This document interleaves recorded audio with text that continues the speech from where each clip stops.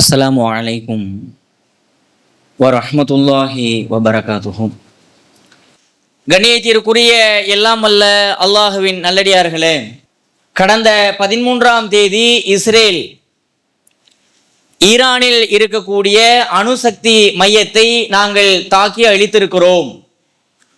அது ஈரானுடைய நடான்ஸ் பகுதியிலே அமைந்திருந்தது. ஈரானுடைய எண்ணெய் வயல்களிலும் நாங்கள் தாக்குதலை நடத்தி இருக்கிறோம்.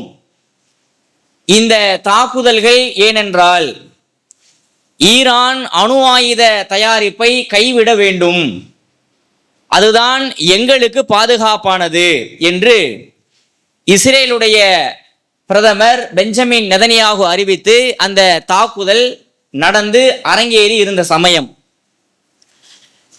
பிறகு ஈரானுடைய பதில் தாக்குதல்கள் தொடங்கப்பட்டு இப்பொழுது வரைக்கும் அந்த தாக்குதல்கள் தொடர்ந்து நடந்து கொண்டிருக்கிறது. இதுவரை உலக முஸ்லிம்கள் மத்தியில் ஈரான் என்றால் ஒரு நாடு, அது ஷியாக்கள் அதிகமாக இருக்கிற ஒரு நாடு, சற்று இராணுவ வலிமையில் இருக்கிறார்கள் என்றுதான் உலக முஸ்லிம்கள் அறிந்திருந்தார்கள், சில நாடுகளும் கூட. ஆனால் தாக்குதல்களுடைய நிலவரங்களை பார்த்தால் ஈரான் என்பது வெறுமனே மத்திய கிழக்கில் வலிமையான நாடு மட்டுமல்ல, அது உலகத்தினுடைய சர்வ வல்லமையான வல்லரசு நாடுகளில் ஒன்றாக ஈரான் இருக்கிறது என்பது இன்றைக்கு புரிந்திருக்கிறது. அமெரிக்காவுக்கு புரிந்திருக்கிறது, ரஷ்யாவிற்கு புரிந்திருக்கிறது, இன்னும் பல்வேறு நாடுகளுக்கு புரிந்திருக்கிறது. ஈரான் என்றால் அவ்வளவு சாதாரண நாடு அல்ல, அவர்களை தொட முடியாது அவ்வளவு எளிதில் என்று இன்றைக்கு உலக அரங்கமும் அதை ஒத்தும் கொண்டிருக்கிறது. அமெரிக்கா ஏதோ வாய் ஜவடால்கள் விடுகிறார்களே தவிர களத்தில் ஒன்னையும் காணோம். அப்ப இதனுடைய பின்னணி என்ன? எதற்காக இந்த தகராறு? வெறுமனே அணு ஆயுத தயாரிப்பை ஈரான் கைவிட வேண்டும் என்பதில் மட்டுமே இந்த பிரச்சனை முடிவடையுமா என்றால் இல்லை. இந்த பிரச்சனையை பற்றி நாம் சற்று ஆழமாக தெரிந்து கொள்ள வேண்டுமென்றால் சில ஆண்டுகளுக்கு முன்பாக நாம் செல்ல வேண்டும். சொல்ல போனால் முதல் உலக போரில் இருந்து நாம் தொடங்க வேண்டும். அவ்வளவையும் ரொம்ப டீட்டெயில்டா பேச முடியாது. சற்று ஒரு பார்வையாக பார்த்துவிட்டு இந்த பிரச்சனை என்ன என்பதை நான் என்ன செய்யலாம், முழுவதுமாக தெரிந்து கொள்ளலாம். முதலாவது உலக போர் நடக்கிறது. இந்த முதலாவது உலக போர் 1914ஆம் ஆண்டு, ஏறக்குறைய 110 ஆண்டுகளுக்கு முன்பாக 1914ஆம் ஆண்டு முதல் உலக போர் தொடங்குகிறது.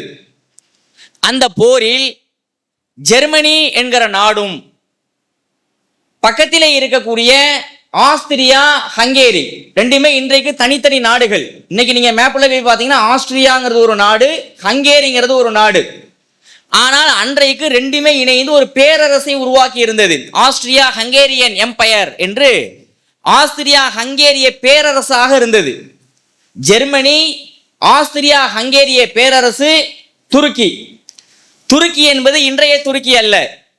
நாம நிறைய படிச்சிருப்போம், உஸ்மானிய ஹிலாஃபத் அப்படின்னு, ஓட்டமன் எம்பையர் அப்படின்னு இங்கிலீஷ்ல சொல்லுவான். உஸ்மான ஓட்டமன் மாத்திருப்பான். அந்த உஸ்மானிய ஹிலாஃபத்து தலைமை பீடமாக துருக்கி இருந்தது. ரசூலுல்லாவோட காலத்துல மதீனா தான் தலைமை, ஹிலாஃபத்துடைய தலைமை. அபூபக்கர், உமர், உஸ்மான் அவருடைய ஆட்சி காலத்துல மதீனா தான் தலைமை. அலி ரலியல்லாஹுடைய காலத்துல கூஃபாவுக்கு மாற்றம் செய்யப்பட்டது. பிறகு கூஃபாவிலிருந்து பல்வேறு நகரங்களுக்கு மாற்றப்பட்டு 1914 துருக்கி என்பதுதான் உஸ்மானிய ஹிலாஃபத்துடைய தலைமையிடமாக இருந்தது.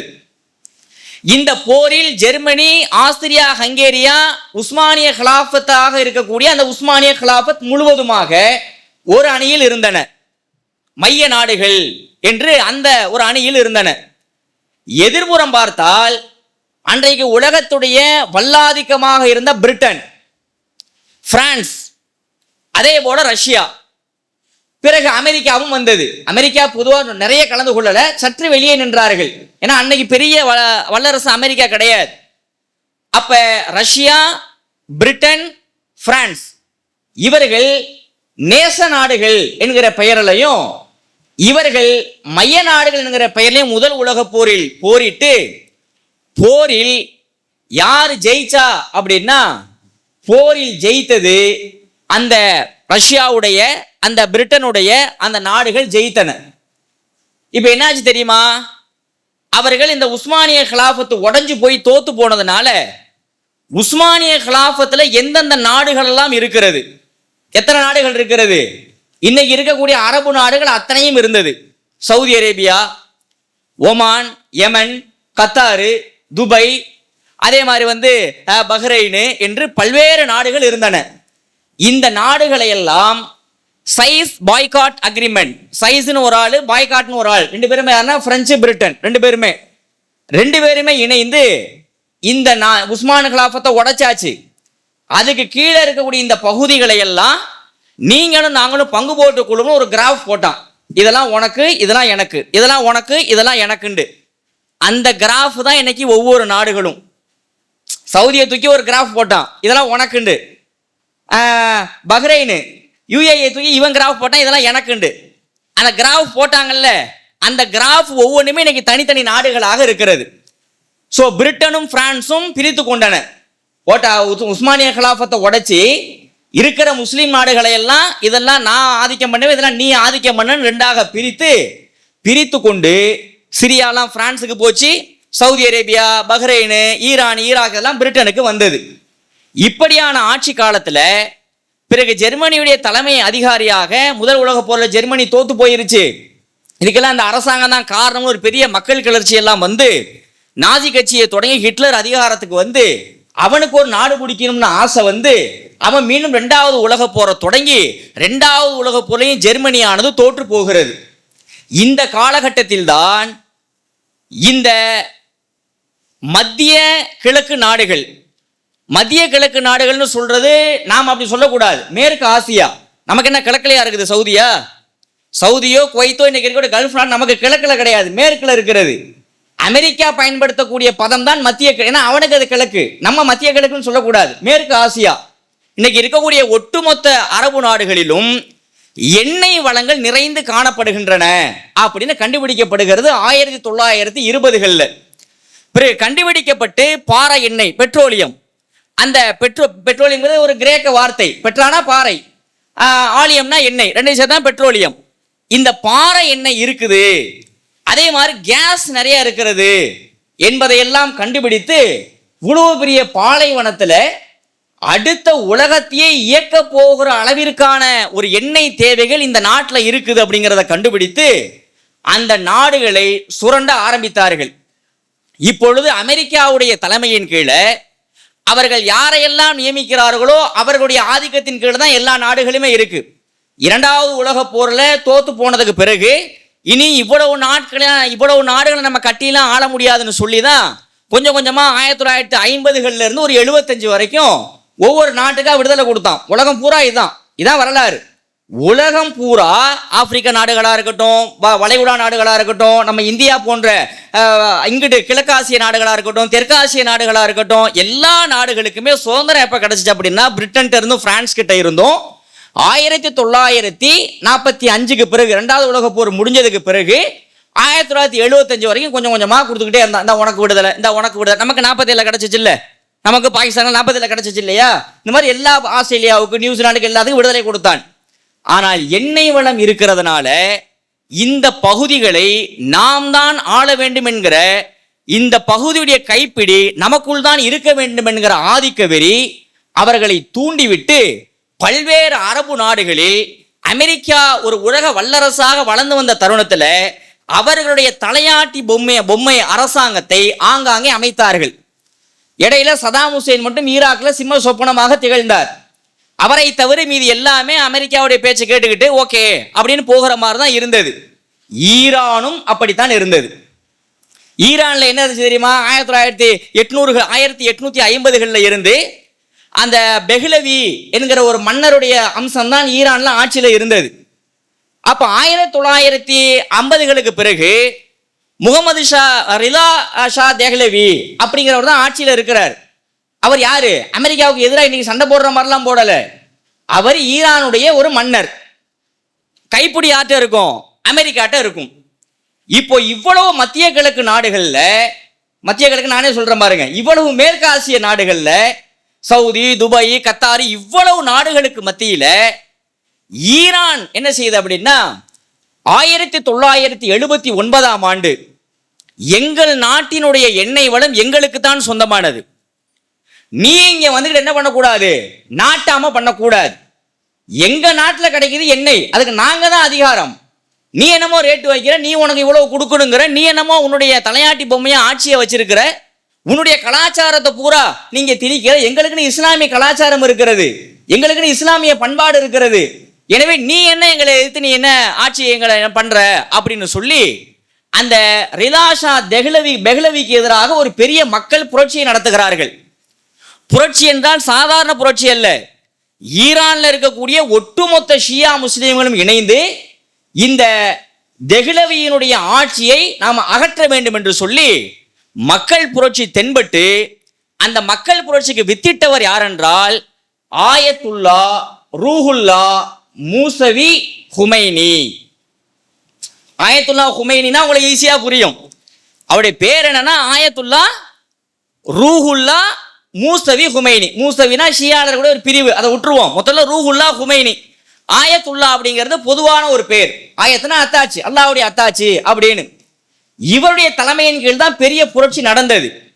புரட்சியில அமெரிக்காவிற்கு பேச்சை கேட்டு ஆடக்கூடிய பெஹ்லவி ஆட்சியானது அகற்றப்பட்டு இப்பொழுது ஆட்சிக்கு யார் வரா அப்படின்னா 1979 ஏப்ரல் 1ஆம் தேதி யார் தெரியுமா ஆட்சிக்கு வரா? யார் வரா?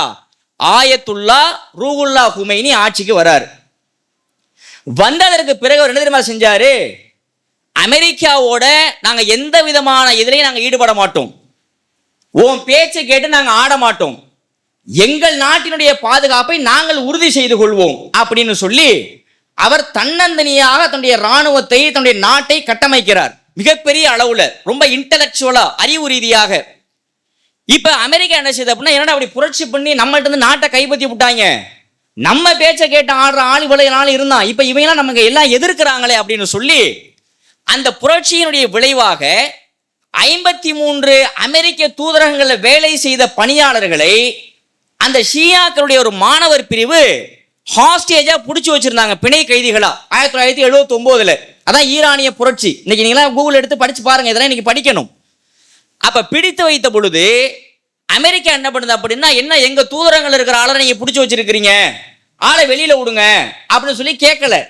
கடைசியில் அமெரிக்கா சில பிளைட்டை அனுப்பி சண்டைக்கு இறங்குகிறது 53 பேரை மீட்கிறதுக்காக. மீட்க முடிந்ததா என்றால் அப்பொழுதும் மீட்க முடியவில்லை. அடி வலுவாக திருப்பி கொடுக்கிறார்கள். உடனே அப்பொழுது இருந்த அமெரிக்க அதிபர் ஜிம்மி கார்ட்டர், இது ஏதோ நமக்கு மிரட்டலுக்கு பணி வாங்கன்னு பார்க்குற ஒரு டீமா இருக்குதா, இருந்துச்சுன்னா நாம மிரட்டலாம், இவர்கள் எதிர்த்து அடிக்கிறார்கள் சொல்லி அமைதி ஒப்பந்தத்தில் கையெழுத்திட்டார். யாரு? Jimmy Carter. நீங்க 53 பேர் திருப்பி கொடுங்க, நாங்க இனிமேல் உங்கள்கிட்ட ஒட்டும் இல்லை உறவும் இல்லை அப்படின்னு நாங்க எழுதி கொடுக்குறோம்னு அன்றைக்கு ஈரான்ல அமெரிக்க தூதரகம் காலி செய்யப்பட்டது. எங்க தூதரகமே இங்க இருக்காதுன்னு காலி பண்ணிட்டு போட்டான். எப்போ? 1979 ஈரானிய புரட்சி அவருடைய பெயர்.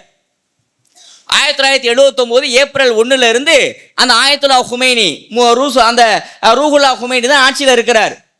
89 அவர் மரணிச்சிட்டார். 89 இருந்து இப்ப வரைக்கும், இப்ப நமக்கு வாட்ஸ்அப் எல்லாம் போட்டோ வருது இல்லையா, இவர் அந்த ஹுமைனி கிடையாது. அவர் 89 மரணிச்சதுக்கு பிறகு இப்பொழுது வருகிறவர் யார் என்றால் ஆயத்துல்லா அலி ஹுமைனி. இவருடைய பேரு, அவர் பேரு ஆயத்துல்லா ரூஹுல்லா ஹுமைனி, இவர் ஆயத்துல்லா அலி ஹுமைனி இவருடைய பெயர். இவர் வந்ததற்கு பிறகும் ஈரானானது ஒரு தனியான ஒரு பலத்துல தன்னுடைய நாட்டை கட்டமைத்து அறிவு ரீதியாக நிறைய கட்டமைக்கிறார்கள். எந்த இஸ்லாமிய நாட்டிலும் இல்லாதது. நிறைய விஞ்ஞானிகளை உருவாக்கி வைத்திருந்திருக்கிறார்கள். இதெல்லாம் இப்பதான் தெரிய வருகிறது. நிறைய பேர் படிக்கிறான், கல்வி கட்டணம்னா ரொம்ப ரொம்ப குறைவு. இப்படியான சமயத்துல இப்பொழுது மேற்கத்திய நாடுகள் அமெரிக்கா பார்த்துக்கிட்டே இருக்கான், இவன் நம்மளே எதிர்த்தவன், சோ இவனை நமக்கு எதிராக வளர விடக்கூடாது அப்படிங்கிறதுக்காக அமெரிக்கா என்ன தெரியுமா திட்டம் போடுறான், வேர்ல்டுலயே நம்ம தான் ஸ்ட்ராங்கா இருக்கணும், இவனை ஸ்ட்ராங் அடைய விடக்கூடாதுன்னு சொல்லி 1968 ஈரானிய புரட்சிக்கு முன்னாடி உலகளாவிய அளவுல ஒரு சட்டம் கொண்டு வரப்பட்டது, அணு ஆயுத பரவல் தடை சட்டம்னு. அந்த சட்டத்துல எல்லாரும் கையெழுத்து போடுங்க அப்படின்னு கேட்டாங்க. இனிமேல் நாங்க அணு ஆயுதம்லாம் நாங்க தயாரிக்க மாட்டோம், ஏன்னா 2ஆம் உலக போர்ல பயங்கர சேதம், அதான் இனிமேல் இப்படி ஒரு சேதத்தை நம்ம சந்திக்க வேண்டாம், எல்லா நாடுகளும் கையெழுத்து போடுங்க, நாங்க அணு ஆயுதத்தை தயாரிக்க மாட்டோம்னு உலகத்தினுடைய ஐநா கேட்டது அணு ஆயுத பரவல் தடை சட்டத்தை அமல்படுத்தி. அப்ப அதுக்கு முன்னாடியே அமெரிக்கா, ரஷ்யா, சீனா, பிரான்ஸ், பிரிட்டன் இந்த 5 நாடுகள்கிட்டயுமே அணுகுண்டு இருந்தது. இந்த சட்டம் கொண்டு வரதுக்கு முன்னாடியே அவன் தயாரிச்சுட்டான். இந்த 5 நாடுகள் தான் யுஎன்எஸ்சியில் இருக்கிறான். இதுல யுனைடெட் நேஷன் செக்யூரிட்டி கவுன்சில், ஐக்கிய நாடுடைய பாதுகாப்பு சபையில் இந்த 5 நாடுகள் தான் நிரந்தரமான உறுப்பினர்கள். America, Britain, Russia, China, France இந்த 5 நாடுகள்கிட்ட அணுகுண்டு முன்னாடியே தயாரிச்சுட்டான். சரி, இருக்கிற நாடுகள்கிட்ட இருக்கட்டும், அவன் பாருங்க, இருக்கிற நாடுகள்கிட்ட இருக்கட்டும், இனிமேல் யாரும் தயாரிக்காதீங்க அப்படின்னு கேட்டப்ப இந்தியா என்ன பண்ணுச்சு தெரியுமா? அப்போ இந்திரா காந்தி என்ன பண்ணாங்கன்னா, நாங்கள் கையெழுத்திட மாட்டோம், ஏனென்றால் எங்களுடைய அண்டை நாடு சீனா அணுகுண்டு வைத்திருக்கிறது, நாங்க அண்டை நாடா இருக்கிறோம், அப்ப சண்டை வந்துச்சுன்னா எங்க மேல அவங்க பயன்படுத்துவாங்கல்ல, அதனால எங்களுடைய பாதுகாப்புக்காக நாங்க அணுகுண்டை தயார் செய்ய தான் செய்வோம்னு அந்த சட்டத்துல கையெழுத்து போடல India, prime minister Indira Gandhi. நமக்கு பக்கத்துல இருக்கிற பாகிஸ்தான், அவன் சும்மா விடுவானா? பாகிஸ்தான கையெழுத்து போடல. நீ ஏண்டா போடல? எங்க பக்கத்து நாடு இந்தியாவில கையெழுத்து போடாம அணுகுண்டு தயாரிப்பாங்க அப்படின்னா நாங்க பக்கத்துல எங்க நாட்டோட பாதுகாப்பை பார்க்கணும்லண்டு நாங்க கையெழுத்து போட மாட்டோம்னு அவனும் கையெழுத்து போடல. அந்த நேரத்துல ஈரான் கையெழுத்து இட்டு இருந்தது. ஏன்? அமெரிக்காவுடைய பொம்மை அரசாங்கத்தினால. இந்த ரூகுல்லா ஹுமைனி வந்ததுக்கு பிறகு அந்த ஒப்பந்தத்திலிருந்து நாங்க வெளியில வரமுட்டார். ஆட்டம் கண்டது அமெரிக்கா. என்னடா அது, நம்மளை எதிர்த்து ஆட்சியை பிடிச்சி தனியா இருக்கிறாங்க, இவன் இப்ப அணு ஆயுத ஒப்பந்தத்திலிருந்து வேற வெளியில போறான், அப்ப அணு ஆயுதத்தை தயாரிப்பாங்களோ அப்படின்னு சொல்லி அன்னைக்கெல்லாம் அமெரிக்கா பெரிய ஏகாதிபத்தியம், எல்லா நாடுகளையும் பயன்படுத்தி ஈரான் மேல பொருளாதார தடையை விதிங்க, ஈரானோட நீங்க வர்த்தக தொடர்பு வச்சுக்காதீங்க, ஈரானோட வேற எந்த தொடர்பே வச்சுக்காதீங்க, நட்பு நாடுகளை வச்சுக்காதீங்க, G7ல சேர்க்க வேணாம், G8ல சேர்க்க வேணாம், G20ல கொண்டு வர வேணாம்னு எல்லாத்தையும் பயன்படுத்துறாங்க. ஆயினும் 2000ற்கு பிறகு ஈரான் அந்த அணு ஆயுத அந்த தயாரிப்பில் இறங்கியது. மொசேன் என்கிற ஒரு பெரிய சயின்டிஸ்ட் ப்ராஜெக்ட் அமாத் அப்படிங்கிற பெயர்ல ஒரு பெரிய அணுகுண்டு தயாரிப்புல ஈரான் இறங்கியது. ஈரான் இறங்க அமெரிக்காவுக்கு ரொம்ப ஆட்டம் காண்டுகிறது. ஏன்னா ஈரான் அவ்வளவு ஈஸியா தொட முடியாது யாராலையுமே. அல்லாஹ்வுடைய நாட்டத்தால ஈரானுடைய நிலப்பரப்பு இருக்கு இல்லையா, அதுவே அவர்களுக்கு மிகப்பெரிய சாதகம். ஈரானுடைய மேப்பை எடுத்து உட்கார்ந்து அப்படியே ஈரான் எப்படி இருக்குன்னு, ஈரானுடைய மேற்கு பகுதியில கல்ஃப் ஆஃப் பெர்சியன், பாரசீக வளைகுடா என்கிற சிறிய கடல் பகுதியை ஒட்டி இருக்கக்கூடிய நாடுகள்ல அந்த நாட்டில் ஆல்பட்ராஸ் மலை தொடர் முழுவதுமாக இருக்கிறது. மலை தொடரை கடந்தெல்லாம் உள்ள நுழையிறதுலாம் ரொம்ப கஷ்டம். சரி, இங்கதான் எப்படி இருக்குன்னா, ஈரானுடைய வடக்கு பகுதியில் காஸ்பியன் கடல் இருக்கிறது. காஸ்பியன் கடலுக்கு பக்கத்துல அசர்பைஜான், ஆர்மீனியா, அங்க 2 தீவுகளை ஈரானை கைப்பற்றி வைத்துக் கொண்டு அந்த சைடு சில மலைத்தொடர்கள் இருக்கின்றன. இதையெல்லாம் தாண்டி உள்ள போனாலும் ஈரான்ல இருக்கக்கூடிய லூத் என்கிற பாலைவனமும் கபீர் என்கிற பாலைவனமும் 70 டிகிரி செல்சியஸ் வெப்பம் கொளுத்தக்கூடியது. அங்கெல்லாம் நிக்க முடியாது யாராலையும். இந்த அமைப்பே ஈரானை அவ்வளவு ஈஸியாக தொட முடியாது. இப்பேற்பட்ட நேரத்தில் ஈரான் உலக தொடர்புகளை ஃபுல்லா நம்மளை துண்டிச்சாலும், அமெரிக்காவுடைய பேச்சை கேட்டு எல்லா நாடுகளும் நம்மளை தொடர்புகளை துண்டித்தாலும், நாம நம்முடைய சொந்த உழைப்புல வளருவோம்னு ஈரானுடைய எண்ணெயை அமெரிக்கா தொடவும் இல்லை. ஈரானானது ஒரு பக்கத்துல அறிவிலும் வளர்ந்தது, டெக்னாலஜியிலையும் வளர்ந்தது. வீரம் அவர்களுக்கு பிறப்பிலேயே இருந்தது. அறிவு மட்டும் வளர்ந்தா பத்தாது, டெக்னாலஜியும் வளர்த்தது, அதே மாதிரி அறிவையும் வளர்த்தது. என்ன பிரச்சனை தெரியுமா? அப்படியே நாகரிகம் வளர வளர ஆண்டுகள் ஓடுகின்றன. 2015க்கு பிறகு ஈரானுடைய வளர்ச்சியானது உளவுத்துறையின் மூலமாக அமெரிக்காவுக்கு ரொம்ப பயத்தை ஏற்படுத்துது. ஒபாமா வராரு, வந்து நீங்க இந்த மாதிரி ஏதாவது கையெழுத்தாவது போட்டுருங்களேன்னு ஒபாமா இருக்கும் பொழுது மீண்டும் ஈரான் கையெழுத்திட்டது. சரிங்க, நாங்க கொஞ்சம் அணு ஆயுத தயாரிப்புல ஈடுபடல, கொஞ்சம் நிறுத்தி வச்சுக்கிறோம்னு கையெழுத்து போட்டது. 2018 வெளில வந்துருச்சு. ட்ரம்ப் வந்தார்ல, ட்ரம்ப் வந்தவொடனே அதெல்லாம் முடியாது, அதெல்லாம் ஈரான் செய்யறாங்க, கையெழுத்து போட செஞ்சுக்கிட்டு தான் இருக்கிறாங்க, ட்ரம்ப் வெளியில போனார். பிறகு சண்டையானது முற்றி 2020 அந்த அணு விஞ்ஞானியுடைய தலைமை விஞ்ஞானி இருந்தார்ல மொசைன், அவரை அமெரிக்கா குறி வைக்கிறது. இவனை காலி பண்ணா இவங்க இதை தயாரிக்க முடியாது அப்படின்னு சொல்லி 2020 ஒரு நாள் அவர் வீட்டுக்கு போகும் பொழுது, நவம்பர் மாதம் 2020 நவம்பர், கொரோனாவுடைய அந்த காலகட்டம், அப்பொழுது திடீரென்று ஒரு ட்ரக்கை நிப்பாட்டி அந்த இடத்துல வண்டியை ஒரு பெண்ணை குறுக்க வர மாதிரி வரவழைச்சி ஒரு வண்டி ஸ்லோ ஆன உடனேயே அந்த ட்ரக்குக்கு பின்னாடி இருந்து ஒளிந்து கொண்டு படுபயங்கரமாக சுட்டதுல மொசைன் வெளியில வந்தார். அவரை மட்டும் தான் சுட்டாங்க. அவர் ஒய்ஃப் இருந்தாங்க, ஆனால் அவரை மட்டும் தான் சுட்டாங்க. வெளியில வந்து ஒரு கார் டோரை திறந்து அப்படி தப்பிச்சுக்கிறாரு. இருந்தாலும் சுத்தி வளைச்சு சுட்டதுல அவர் சரிந்து விழுந்து மடிந்தார். மொசைனுடைய அந்த படுகொலையானது ஈரானுக்கு ஒரு பெரிய பின்னடைவை தந்தது. ஒரு பெரிய அணு விஞ்ஞானி, ஆபரேஷன் அமாதுங்கிற பெயரை நம்ம செஞ்சதுடைய லீடரே இவர் தான். இவர் இன்னைக்கு வந்து கொண்டுட்டாங்களேன்ற தரப்புல ரொம்ப பயங்கரமான ஒரு பின்னடைவு தான். பிறகு 2021-22 வாக்குல ஈரானுடைய ராணுவ ஜெனரல் மேஜர் காசிம் சுலைமானி, அவரையும் என்ன செய்யுது அப்படின்னா அமெரிக்கா வந்து திரும்பவும் சுட்டுக் கொள்கிறது.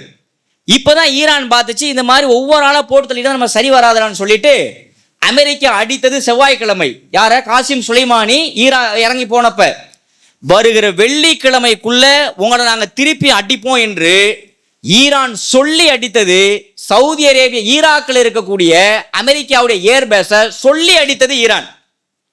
அடி அமெரிக்காவுக்கு 87 போர் விமானங்கள் காலி 2022.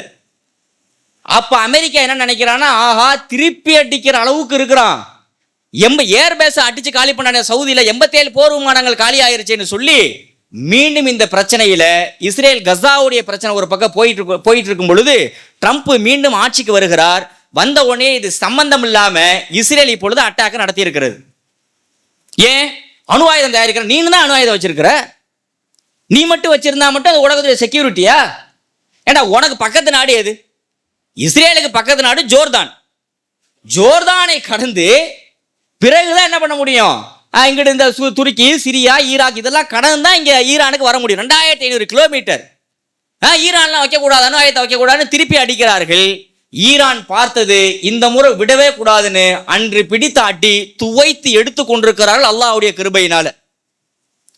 1948 மே 14 இஸ்ரேல் உருவானது, 2ஆம் உலக போருக்கு பின்னாடி.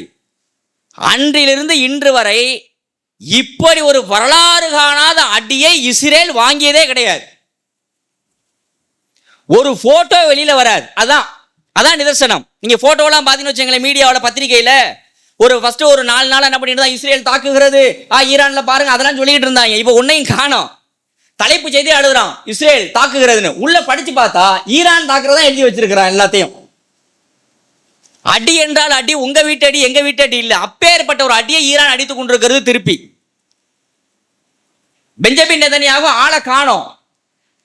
இஸ்ரேல் அடிச்சா ஏன்டா அமெரிக்கா வரான், ட்ரம்ப் ஏன் பேசுறான்? ஆயத்துல்லா அவர் குமைனி இருக்கிற இடம் எங்களுக்கு தெரியும், நாங்கள் வந்து நாங்க உயிரோட நாங்க ஆனா விட்டு வச்சிருப்போம். மிரட்டுறது, அடி மிரட்டி பாக்குறது.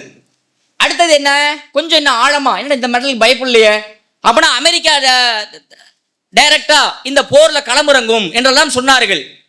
அதற்கு நேற்றைக்கு அலி குமைனி பதிலடி கொடுத்திருக்கிறார். என்ன தெரியுமா சொன்னாரு? அமெரிக்கா எங்களோடு போரிட்டால் சீர்திருத்தம் செய்ய முடியாத பின்விளைவுகளை சந்திக்க நேரிடும் சொல்லிட்டு அடுத்த வார்த்தையை போடுறாரு. எங்களுடைய வரலாறுகளை தெரிந்த யாரும் எங்களிடத்துல மிரட்டல் துணியில பேசவே மாட்டார்கள். எங்க வரலாறு எடுத்து பாடுறா அப்படிங்கிறாரு. என் வரலாறு எடுத்து பாரு. எங்கள்கிட்ட பேசுறதுக்குன்னு ஒரு மொழி இருக்கு.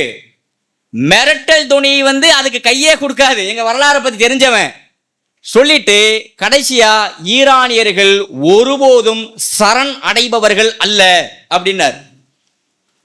இவன் நினைச்சுக்கிட்டு இருக்கிறான் இஸ்ரேல் அடிச்சான்ல அணு ஆயுதம் தாக்கிவிட்டோம்னு. ஈரான் யுரேனியத்தை செறிவூற்றம்ல ஒரு 87% செறிவூட்டிட்டா அது அணுகுண்டா மாறிடும். இவன் நினைச்சுக்கிட்டது என்ன தெரியுமா? நடான்ஸ்ல தான் ஈரான் வந்து செறிவூட்டிக்கிட்டு இருக்கு, அதை அடிச்சிட்டோம்னா காலி அப்படின்னு நினைச்சுக்கிட்டு இருக்கான். 10% செறிவூட்டல் தான் அங்கு நடந்தது. 10% கம்ப்ளீட் ஆயிருச்சா, இடத்த மாத்திரம் அதை தூக்கி வேற இடம். 20 ஆயிருச்சா, இப்ப எடுத்து வேற இடம். 30 ஆயிருச்சா, இப்ப வேற இடம். இப்ப எங்க இருக்குதுனே தெரியல. ஈரான் சொல்லுகிறது போர்ச்சோ மலைக்கு அடியிலன்னு சொல்லுது, அதுவும் அங்க இருக்குன்னு தெரியல. 87% செறிவூட்டி விட்டால் ரெடி. ரெடினா என்ன? அழிக்கிறதுக்கு இல்ல, நீங்க எல்லாம் வச்சிருக்கிறீங்க, நானும் வச்சிருக்கிறேன். G7 மாநாட்டில் என்ன பேசுறாங்க எல்லாம்? அது இஸ்ரேலுக்கு பாதுகாத்துக் கொள்ள உரிமை அவர்களுக்கு இருக்கிறது, நீ என்ன வேணாலும் மன்னிக்க அப்படிங்கிறான். சரி பண்ணு.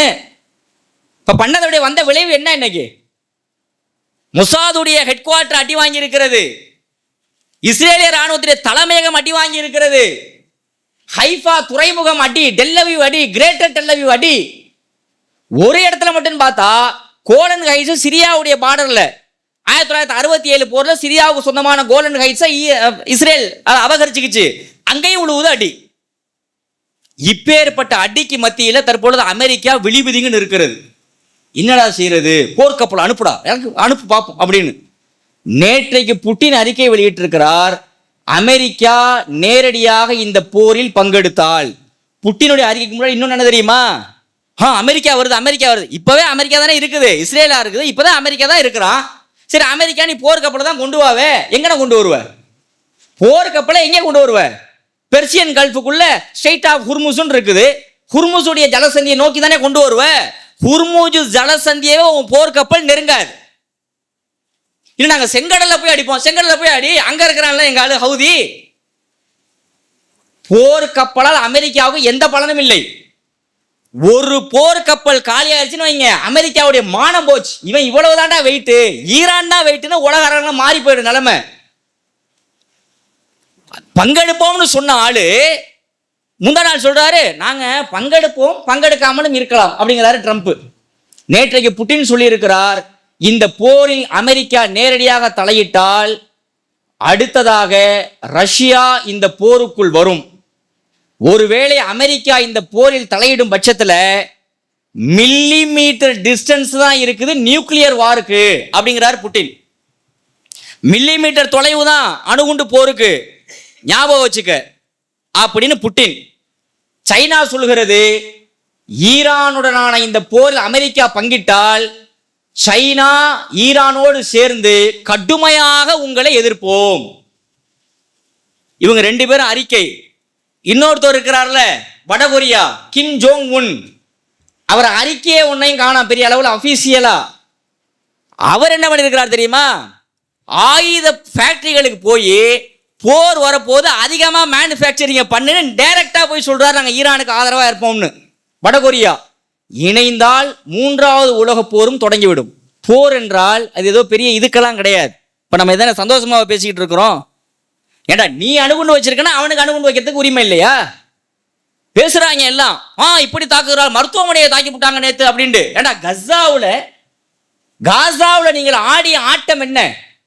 சின்ன சின்ன குழந்தைகள், பெண்கள், முதியவர்கள் என்று எல்லாரையுமே கொன்றொழித்த பொழுது G7 மாநாடு எங்கே போச்சு?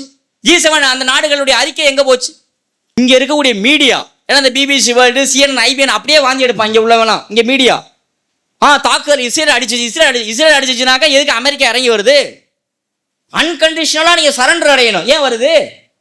ஏன்டா பேச்சுவார்த்தை கூப்பிடுறீங்க? புட்டினை விட்டு பேச விடுறீங்க, கத்தாரை விட்டு பேச விடுறீங்க, ஒமானை விட்டு பேச விடுறீங்க. ஏன் பேச விடுறீங்க? அமெரிக்கா தலையிட்டால் ஈராக்கு, குவைத்து, சவுதி, பஹ்ரைன்ல இருக்கக்கூடிய ஒரு ஏர்பேஸ் மிஞ்சாது என்று ஈரான் கொக்கரித்திருக்கிறது. அமெரிக்காவுடைய ஏர்பேஸ் ஒட்டுமொத்த மானமும் போயிடும். இப்ப என்ன தெரியுமா? இருக்கக்கூடிய மற்ற அரபு நாடுகள் மட்டும் ஈரானுக்கு ஆதரவாக நின்றால் நிலைமை எப்படி மாறும்னு தெரியுமா? ஈரானுக்கு சப்போர்ட் மட்டும் ஒட்டுமொத்த அரபு நாடுகளும் செய்துவிட்டால் அல்லாஹ்வுடைய அருளால் நாளை உலகினுடைய எம்பவர்மெண்ட் கண்ட்ரி, வல்லரசு நாடு ஈரான் தான். ஈரான் ஷியா, அகீதா ரீதியா பார்த்தா அவங்க ஷியாங்கிறது இஸ்லாத்துடைய பல முரண்பட்ட கொள்கைகள் தான், அதுல இல்லைன்னு சொல்லல. ஆனால் பேசுவது அரசியல் பிரச்சனை, அகீதா பிரச்சனை இல்லை. இங்க இருக்கக்கூடிய சில ஆண்கள் பேசுறாங்கல்ல, அது இவன் ஷியா, அவன் அது, ரெண்டு பேரும் நமக்கு எதிரி தான். ஷியா என்பது முஸ்லிம்கள்ல ஒன்றுதான். அகீதா ரீதியா பிரச்சனை இருக்குதான். தூதுத்துவத்துல அல்லாஹ் ஒருவன்கிறாங்க, தூதுத்துவத்துல அலியை சேர்த்துக்கிறாங்க, ரைட், ஓகே, அது ஷியா பிரச்சனை தான். ஆனா இப்போது நடப்பது அரசியல் பிரச்சனை. எனவே இந்த போரினுடைய போக்குகள் மாறினால், அரபு நாடுகளும் ஒத்துழைத்தால், அந்த கடல் பகுதியை அல்ல ஒட்டுமொத்த நிலப்பரப்பையும் அமெரிக்கா தொடக்கூட முடியாத நிலைமை வரும்.